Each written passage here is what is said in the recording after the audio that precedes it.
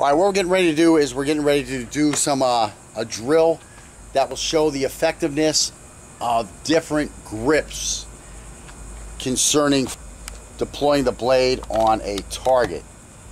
And let me see, Scott, what I want you to do is I want you to just lean this forward a little bit.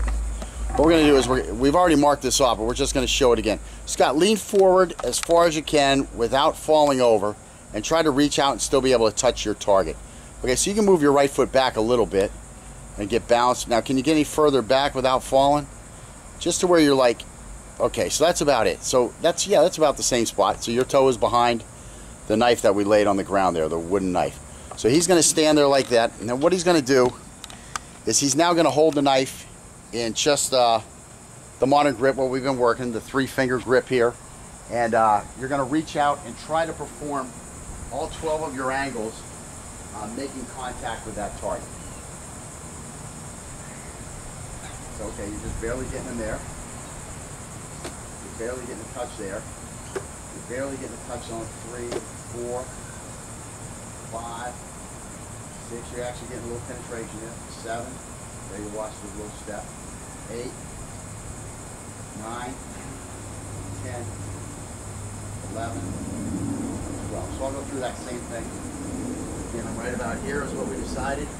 Leaning out here. And again, I can get this 1, I can get this 2, 3, 4, 5, 6, 7, 8, 9. Of course, I'm not going to get there just because of the way we're holding the blade. 10, again, 11, and 12. So I'm barely getting touches on there.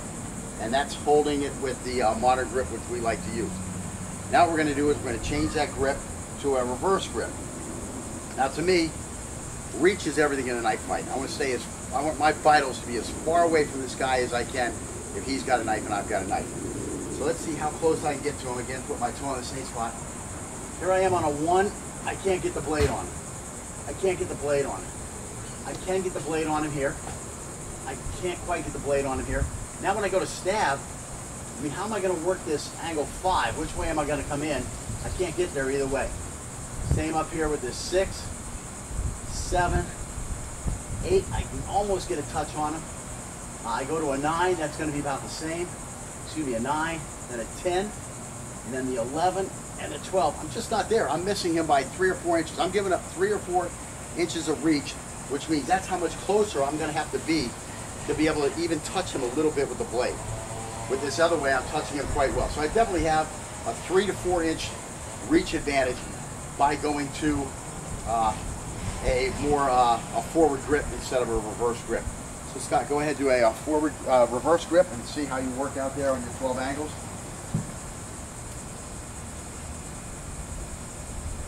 And you see how open that you got your palm there trying to work that thing? Yeah. And that knife is going to fall out with any contact if you were to hit him like that. We'll be working that a little later as we go through these angles. So go ahead. No touch.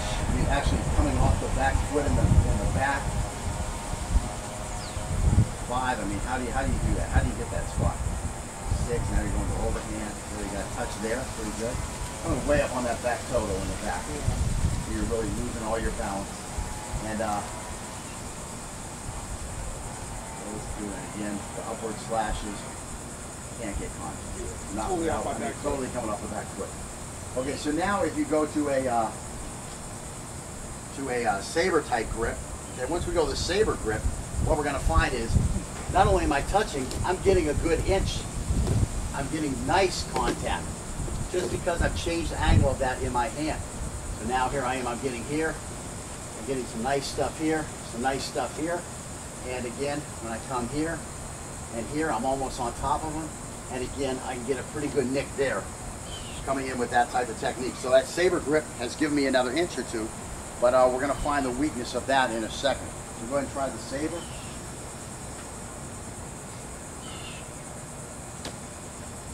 There you go, getting good pieces of them. The toe is staying on the ground. Barely coming up on the toe at all there and getting a full inch, maybe 1.5 inch penetration. And there you go. Now one thing I want to show you about the saber grip And I want you to hold it like here in the saber grip, where it's at an angle across our, again, it's at a, the blade's going to be held at an angle across our palm. We're going to have the thumb and the forefingers pinching just behind the guard area. What I want you to do is just start off kind of soft. You go right to the middle here so we don't beat him up into one of those other areas. And start poking him through here and start ramping that poke up, okay? Just on an angle 5.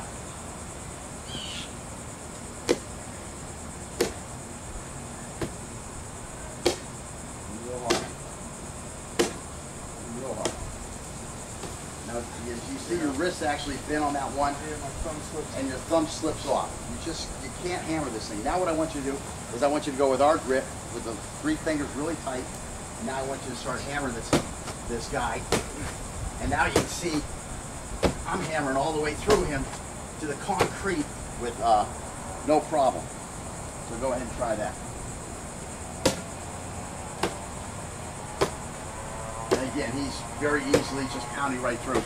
That's the difference that this grip allows, is it allows you to absorb all that in the meaty palm of the meaty part of the palm, and you can really pound in there without having any problems with your ability to really come in here and stab this guy. I mean, just go all the way through with no problems. This is 4 inches deep, and I've hit all the way to the concrete in the back. I'm going to tell you right now, I don't even want to do that. Coming this way, I mean, right there, I'm starting to have a problem already. I just don't want to even smash in there because I don't want to injure my thumb before my training workout. Again, try a 6, not too hard. With the okay, you're going to go our style first, right? So there you are, pounding right in, and then go to a saber and try that. And you see the way the whole wrist just starts giving way as you start trying to push that in. Whereas, you know, you grab it this way, go ahead and pound them all the way through all 4 inches. It's no problem at all. There's no problem. So that's a big difference. So people who say grip doesn't matter, just pick the knife up and use it. I think we can see pretty quickly that that's not a realistic statement.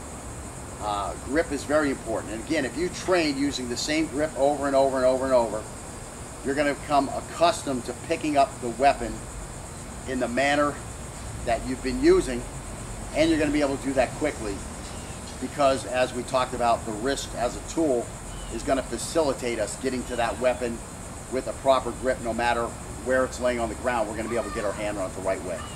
So let's forget about all this talk about grips aren't important. Grips are very important. Again, how close do you want to be? How close do you want your vital areas to be to the other guy who has a knife? Do you want them to be as far away as possible, or do you want them to be closer and closer to his range of being able to attack you? Again, do you want to be able to do all of your angles, or do you want some of your angles not to be able to be performed properly? I want to be able to do all my angles. I want to be able to do them keeping my vitals as far away as possible. And that's just pretty much simple stuff. That's what grip is all about. So again, people who are saying grip doesn't matter, I don't think they've looked at it in the right light. So let's see.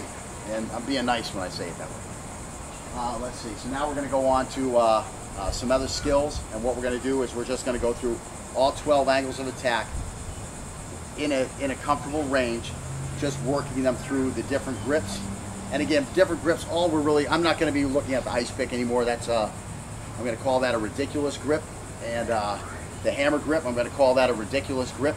What we're basically going to be focusing on is a reverse or Chinese style grip and our modern forward grip, okay? So again, we've gone through all the angles with the forward grip. So basically what we're going to do now is we're going to do them with the right hand, and then we're going to do them with the right hand with a reverse grip, and then we're going to do them left hand with a reverse grip, and that will pretty much conclude lesson 1. So let's go ahead and get started with that. Just go to my right hand again.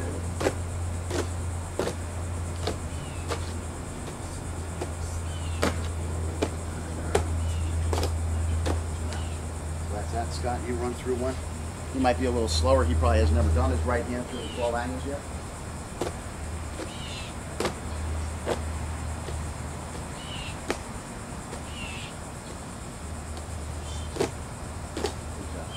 Okay, so now we'll just switch to our right hand with a reverse grip. We'll go through those angles. Okay, so first thing you're going to see, Scott, when we go to the reverse hand grip is that we're going to lose about 3 inches. just because of the grip, and we're going to have to be in closer, and then we'll go through the angles, and you'll see you have to be closer. So I've got a 1, 2. That 2 is very hard. It's very hard to get this turned all the way over. Now I've got a 3, I've got a 4. Now 4 is okay. It's much better than the 2. I've got the 4. Now I go to that 5. What am I going to do with that 5? I can't just stick this thing out like this. I don't have any grip. I might have to turn it here. Now I can get a nice deep slash on him, or a nice deep thrust on him. Again with the 6, come up here. The 7, that's a little easier. The 8, that's a little easier there. But these angles over here are hard to get to. Now we'll go to a 9. A 9 is going to be no problem. 10 is going to be no problem. Then we come up to an 11. 11 works very well. The 12, we get a little inverted here, but it works relatively well. So those are the 12 angles with the reverse grip. And again, we lost angle 2, I would say, to some extent. We lost angle 12 to some extent at the higher reaches. Down here, it's going to stay pretty good, but once we get up here, it gets a little hard to put in there. And we have a problem with our angles 5 and our angle 6, whichever way you want to throw that. You have to really get tight on this guy, or you're really coming in from an awkward angle. So go ahead.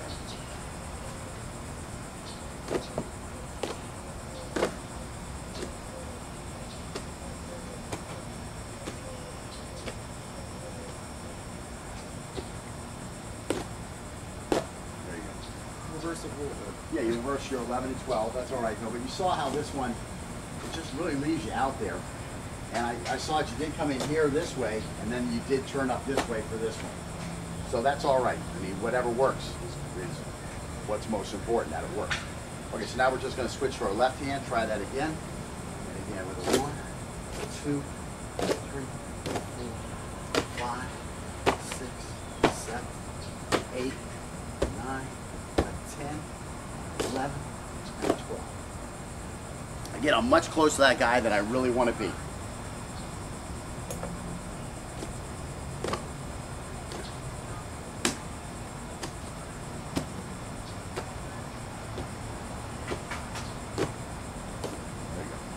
Okay, so that's just working through those angles. And again, we'll be working on these angles a lot.